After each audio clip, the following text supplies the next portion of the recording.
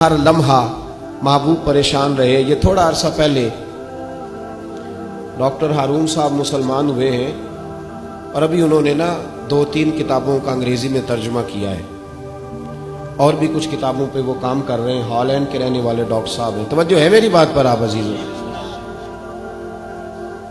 Doctor صاحب کہتے ہیں کہ میں نے یہ سنا تھا کہ مسلمان دہشت گرد ہیں، یہ بم بلاسٹ کرتے ہیں۔ تو میں جہاں لفظ اسلام آتا تھا وہاں سے میں تھوڑا بچ جاتا تھا، پیچھے ہٹ جاتا تھا، لیکن میرے مزاج کے اندر یہ بات شامل تھی کہ میرے اندر اللہ نے بڑا انسانیت کا جذبہ رکھا ہوا تھا۔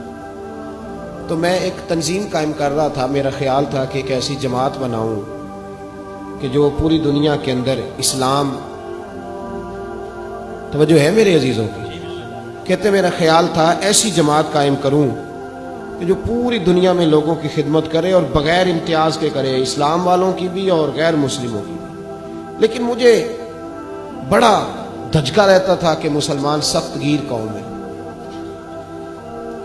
میں نے بہت ساری جماعتوں کا منشور اور دستور منگایا اور میں نے کہا میں اپنی جماعت کا دستور لکھوں گا تو پہلے ذرا سارا میں مطالعہ کر لوں۔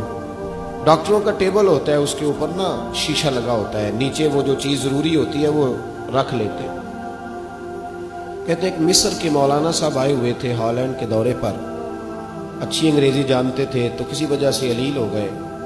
میرے پاس وہ آئے اور انہوں نے دیکھا کہ میں انسانی حقوق پر کچھ لکھ رہا ہوں، کام کر رہا ہوں، تو وہ دیکھ کر کے مجھے کہنے لگے کہ ڈاکٹر صاحب آپ کوئی تنظیم قائم کر رہے ہیں؟ میں نے کہا ہاں۔ کہ تم نے ہلکا سا ٹچ دیا، زور نہیں دیا، اور ویسے بھی جو ہلکی بات ہوتی ہے وہ ذرا دل میں جلدی بیٹھ جاتی ہے۔ کہتے ہیں ہلکا سا ٹچ دیا، کہنے لگے اگر کبھی موقع ملے تو میرے نبی پاک کی بھی سیرت پڑھ کے دیکھیں، بس ہلکی سی بات، اور وہ جملہ چھوڑ گئے۔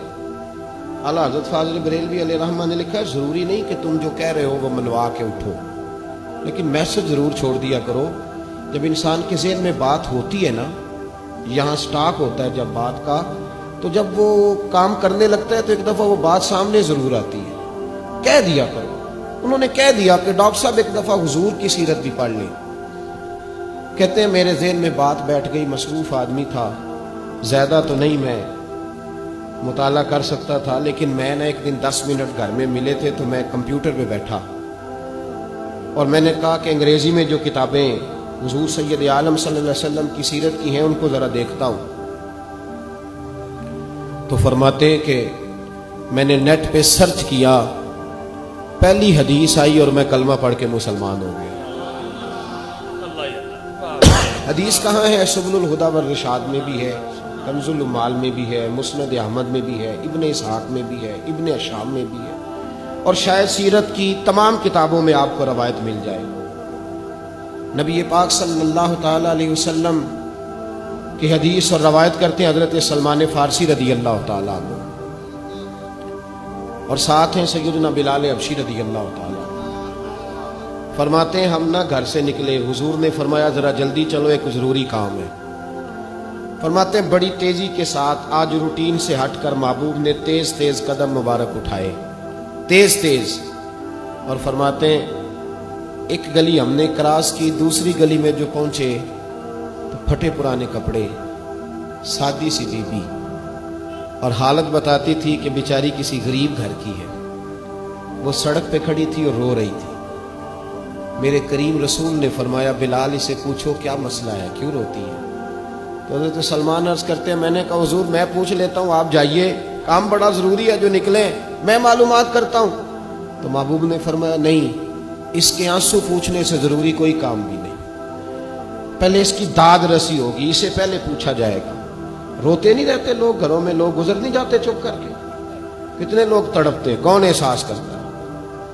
نبی پاک سید عالم صلی اللہ علیہ وسلم رکے اور اس خاتون سے پوچھا کیا بات ہے؟ اس نے کہا کہ بات کوئی بھی نہیں، میرا ایک ہی موٹا سا مسئلہ ہے۔ کہا وہ کیا؟ کہنے لگی میں غریب ہوں، اور غریبی بذات خود بہت بڑا گناہ ہوتی ہے، لوگ بڑا جرم سمجھتے ہیں اس کو بذات خود۔ میں نے شروع میں کہا کہ مذہبی سٹیج کی بھی صدارت غریب آدمی نہیں کر سکتا، کیونکہ غریب جو ہوا جہد کول دتھی ہونی انہیں نیڑے بہنا ہے جی،